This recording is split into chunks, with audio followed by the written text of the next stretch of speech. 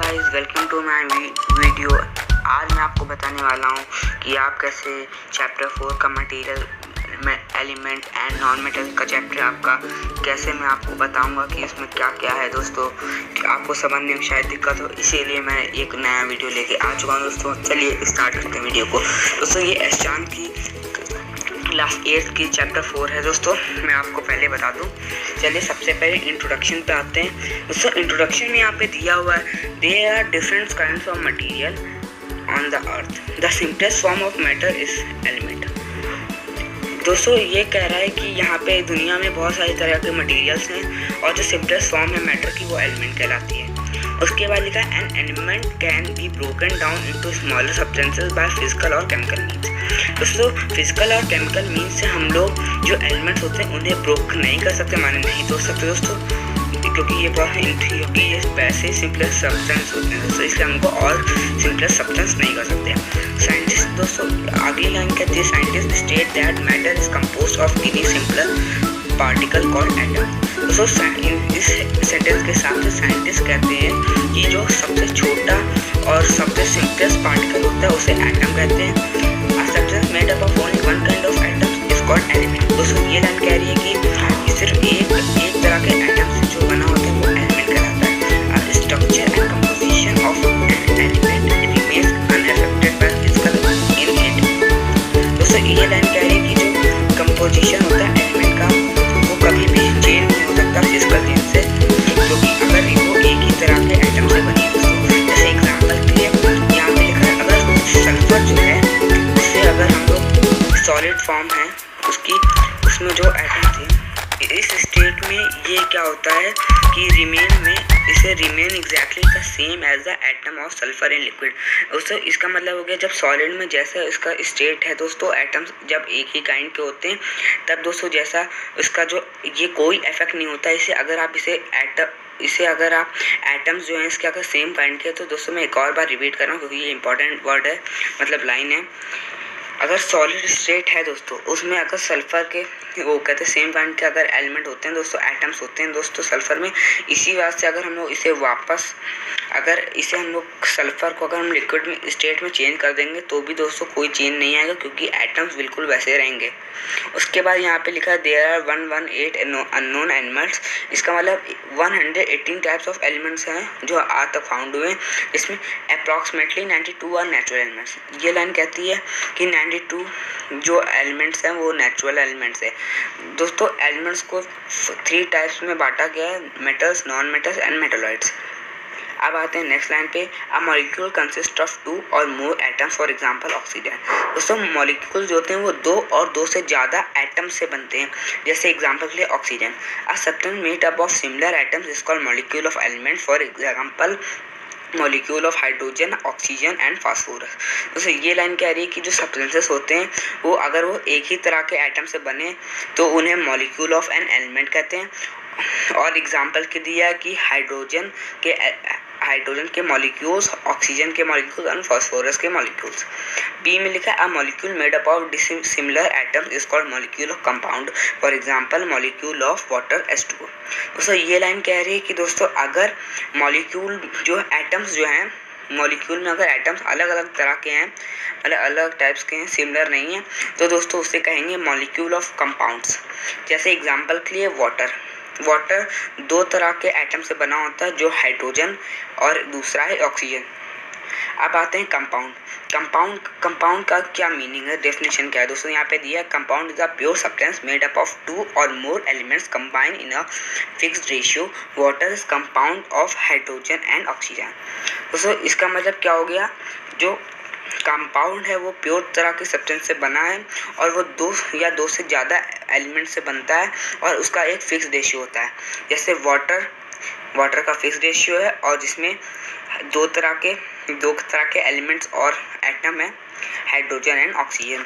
अब दोस्तों आते हैं मिक्सचर पे। Next line, mixture includes 2 or more substances but together in random ratio.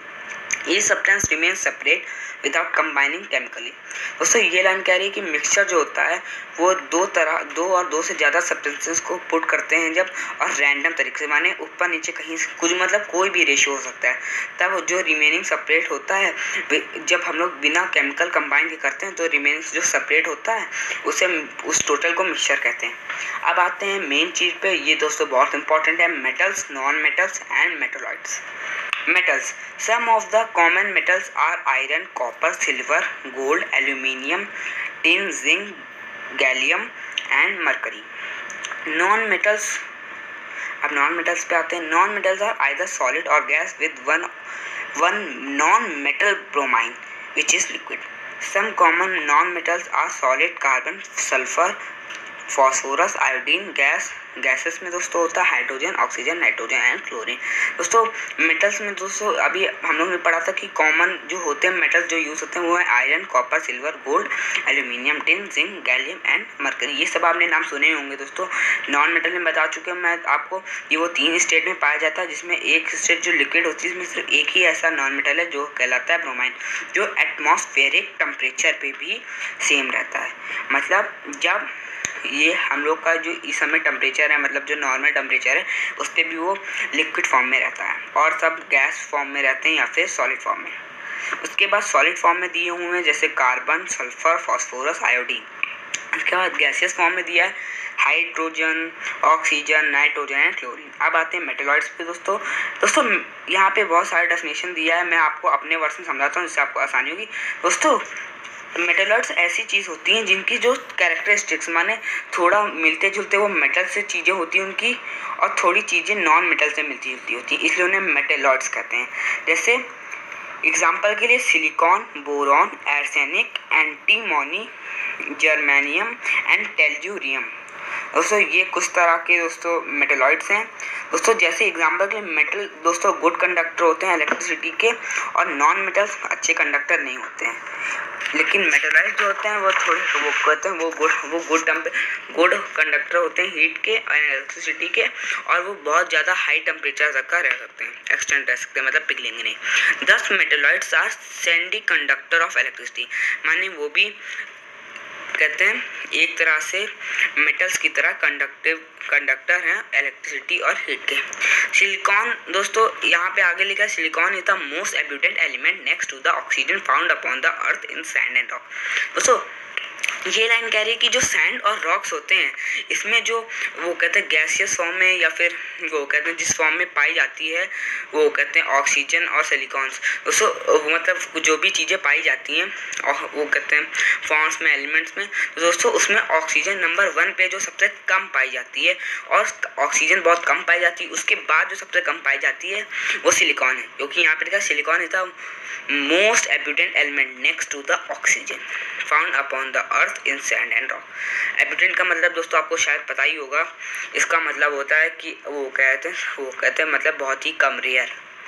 अब आता है gallium metal and arsenic metalloids are used in light emitting diodes LEDs। We will learn about them later. ये दोस्तों अभी letter आपको पता जाएगा। अभी चलिए बिना टाइम वेस्ट किए दोस्तों एक बात आपको बता देते हैं, ये जो अभी आपने पढ़ा है gallium metal and arsenic metal are use in light emitting diode. दोस्तों आपके घर में LED तो लगी होगी, तो दोस्तों आपका जो LED है उसमें आपको पता है गैलियम और आर्सेनिक यूज़ होता है दोस्तों वो LED बनाने के लिए। अब दोस्तों इसके लिए आप खोल खाल के उसे देखने मत लगिएगा, ये तो सिर्फ एक साइंटिफिकली मैं बता रहा हूँ आपको। अब आते हैं physically property of metal and non metals. Metals exhibit entirely different properties from non-metals. We will now study the physical properties of metals and non-metals simultaneously for comparative study of two। माने अभी हम लोग metals और non metals की जो चीज़ें होती हैं वो एक दूसरे के बिल्कुल उल्टा होती हैं, और उसके अलावा हम लोग एक साथ दोनों को पढ़ेंगे, नहीं तो वो कहते हैं टाइम बचाने के लिए और स्टडी जल्दी करने के लिए। अब आते हैं physical state, solid and the gas.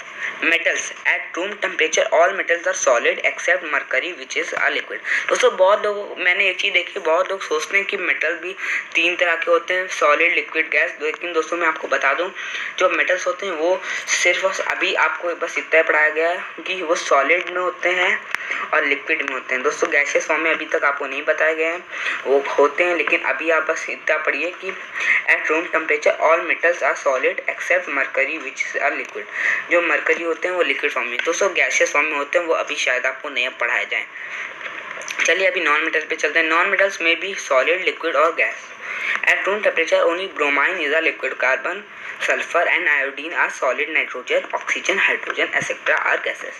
दोस्तों नॉन मेटल्स जो होते हैं उसमें दोस्तों सॉलिड, लिक्विड, गैस 3 तरह के होते हैं, जिसमें से रूम टेम्परेचर पे सिर्फ एक ऐसा नॉन मेटल है जो लिक्विड फॉर्म में होता है, जो है ब्रोमाइन।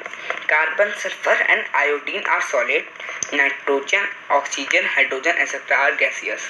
अब आते हैं hard, soft and brittle. Metals are generally hard. Metals बहुत ज़्यादा हार्ड होते हैं। हार्डनेस दोस्तों सबकी हार्डनेस अलग तरह की होती है दोस्तों। इसके अलावा आयरन जैसे बहुत ज़्यादा हार्ड होता है, लेकिन एल्यूमिनियम और मैग्नीशियम थोड़े से सॉफ्ट होते हैं। एंड लीड इज सॉफ्टर, और लीड जो होता है ये इन दोनों से सॉफ्टर होता है। Sodium, potassium are too soft. Sodium दोस्तों, पोटेशियम जो होते हैं बहुत ज़्यादा सॉफ्ट होते हैं, लाइक वैक्स जितने होते हैं। And can be cut with a knife, मतलब ये सोडियम और पोटेशियम इतने सॉफ्ट होते हैं कि इन्हें आप नाइफ यानी चाकू से काट सकते हैं। A sheet of aluminium can be cut easily with a paper or scissor but not with the sheet of iron. इसका मतलब दोस्तों जो एल्यूमिनियम की शीट होती है वो आप अपनी सीजर से काट सकते हैं, बट आयरन की आप शीट से नहीं काट सकते। नॉन मेटल में most of the solid non metals are not so hard and may be brittle. दोस्तों इसका मतलब है जो ज़्यादातर जो वो कहते हैं, ज़्यादातर जितने भी सॉलिड नॉन मेटल्स होते हैं वो हार्ड ज़्यादा नहीं होते हैं और ब्रिटल होते हैं। फॉस्फोरस जो होता है थोड़ा सा सॉफ्ट होता है, which can be cut into pieces with a knife, मतलब नाइफ से इसे भी काट सकते हैं। सल्फर जो होता है दोस्तों वो तो पाउडर्ड हो जाता है एंड बिटर होता है, वो हार्ड नहीं होता। और दोस्तों one of the most hardest metallic material unknown that is and diamond. दोस्तों इसका मतलब डायमंड जो होता है वो कहते हैं सबसे ज़्यादा hardest non metallic material unknown है। मतलब दोस्तों इसका मतलब जो डायमंड है वो सबसे ज़्यादा हार्डेस्ट वो कहते हैं नॉन मेटल है। अब आते हैं लस्टर शाइन पे। अब आते हैं इसमें लिखा है मेटल्स। अब मेटल्स जो होते हैं वो बहुत ज़्यादा दोस्तों, मैं अभी इंग्लिश नहीं पढ़ रहा हूँ क्योंकि उसमें टाइम निकलता है, मैं डायरेक्ट आपको समझा रहा हूँ। दोस्तों आप लाइन देख सकते होंगे, मैं अभी आपको आप स्क्रीन पे देख सकते होंगे सारी lines. Most metals are use for making utensil, tools and machine. दोस्तों ज़्यादातर जो मेटल्स होते हैं वो बहुत ज़्यादा सारे शाइनी ही होते हैं मेटल्स, जिसमें गोल्ड और सिल्वर सबसे ज़्यादा शाइनी होते हैं। दोस्तों लस्टर्स का मतलब शाइनी होता है दोस्तों। इसके अलावा ये ज्वेलरी बनाने में काम आते हैं। वहीं पे दोस्तों जब नॉन मेटल्स की बात होती है तो वो ज़्यादा लस्टर्स नहीं होते, मतलब वो ज़्यादा शाइनी नहीं होते। नॉन मेटल्स जो होते हैं वो ग्रेफाइट, उनमें जो ग्रेफाइट है जो एक तरह का फॉर्म कार्बन की फॉर्म है, और आयोडीन ये थोड़े से शाइनी होते हैं। But sulphur, carbon, phosphorus have no lustre, माने ये तीनों जो होते हैं इनमें बिल्कुल शाइन नहीं होती है। They are dull and appearance, मतलब ये बहुत डल होते हैं, माने ज़्यादा धुंधला, मतलब एक तरह से गंदे तरीके से मान सकते हैं, थोड़ा सा गंदा रखने में। अब आते हैं density, floating and sinking metals, most metals. अब इसमें आते हैं, अब मेटल्स के बारे में पढ़ते हैं। Most metals are dense and much heavier than water, they sink in water. Sodium, potassium metals are lighter than the water and may float on water. दोस्तों इसका मतलब क्या हुआ? इसका मतलब ये होता है कि जो सारे मेटल्स होते हैं, ज़्यादातर जितने मेटल्स होते हैं वो भारी होते हैं, मतलब उनकी डेंसिटी ज़्यादा होती है वाटर से, इसी वजह से वो पानी में सिंक कर जाते हैं, माने डूब जाते हैं। लेकिन वहाँ पे अगर देखा जाए तो सोडियम और पोटेशियम ऐसे दो मेटल हैं जिनकी डेंसिटी वाटर से कम होती है, इसी वजह से वो वाटर पे फ्लोट कर सकते हैं। अब आते हैं नॉन मेटल्स पे। नॉन मेटल में दोस्तों क्या होता है, नॉन मेटल्स में ज़्यादातर सबकी दोस्तों डेंसिटी पानी से कम होती है, इसी वजह से वो पानी में तैर सकते हैं, जैसे प्लास्टिक, वुड एक्सेट्रा।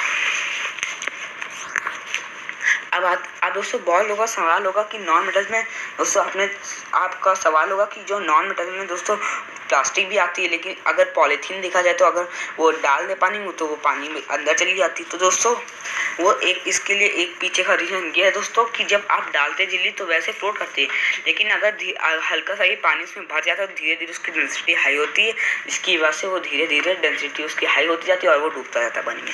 अब दोस्तों मैं लास्ट टॉपिक आपको समझाऊंगा, इसके अलावा और भी टॉपिक्स है, पर इस वीडियो में अगर मैं कवर नहीं कर पाऊंगा, अगर मैंने कवर किया तो आप बोर हो जाएंगे दोस्तों, इसलिए आगे का चलिए अगली वीडियो में करेंगे, पढ़ाएंगे। अब आते हैं मेलेबिलिटी मेकिंग शीट्स और फॉइल।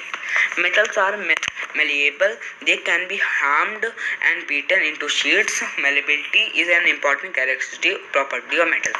दोस्तों ये पूरी दो लाइंस का मतलब है कि मेटल जो होते हैं मेलिएबल होते हैं, मतलब उन्हें अगर आप हार्म करें माने बीट करें तो वो शीट्स में कन्वर्ट हो जाते हैं। ये दोस्तों जो मेलेबिलिटी है ये दोस्तों बहुत ज़्यादा इम्पॉर्टेंट कैरेक्टरिस्टिक प्रॉपर्टी है मेटल की, माने बहुत ज़्यादा वो कहते हैं ज़्यादा महत्व रखती है प्रॉपर्टी, मतलब प्रॉपर्टीज़ की जो मेटल की है वो। अब आते हैं hot iron is harm but iron smith to make different tool out of it. दोस्तों आयरन जो होता है उसे हॉट किया जाता है, गर्म किया जाता है, उसके बाद उसे हार्म किया जाता है, मतलब ठोका जाता है। आपने देखा होगा हथौड़े से मारा जाता है, आयरन स्मिथ जो होते हैं उस पर मारते हैं। आयरन से जो लोहे का मतलब गर्म करके उसकी चीज़ें बनाती है उन्हें कहा जाता है आयरन स्मिथ। जो उससे डिफरेंट टूल्स बनते हैं दोस्तों। Galvanised iron sheet are shaped and using for roofing a shed, माने जो गैल्वेनाइजेशन आयरन शीट जो बनती है उसको दोस्तों आप रूफिंग आ शेड में यूज़ किया जाता है and to make different items such as cooler हैं। और दोस्तों गैल्वेनाइज्ड आयरन का कूलर बनाने और टिनी बॉक्सेस बनाने में प्रयोग होता है। अब आते हैं नॉन मेटल्स में।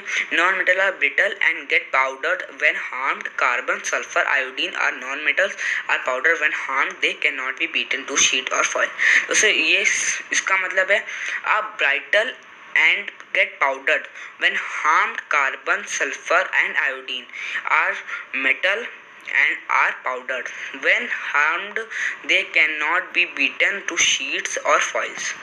इसका दोस्तों मतलब हो गया जब अगर हम लोग हैमर से जो या किसी भी चीज़ से अगर कार्बन, सल्फर, आयोडीन को अगर नॉन मेटल जो होते हैं इनको अगर हम लोग हार्म करेंगे मतलब किसी भी मारेंगे तोड़ेंगे तो क्या होगा, ये पाउडर में बन जाएगा, पाउडर जैसे पाउडर्स में छोटे छोटे टुकड़ों में बन जाएगा।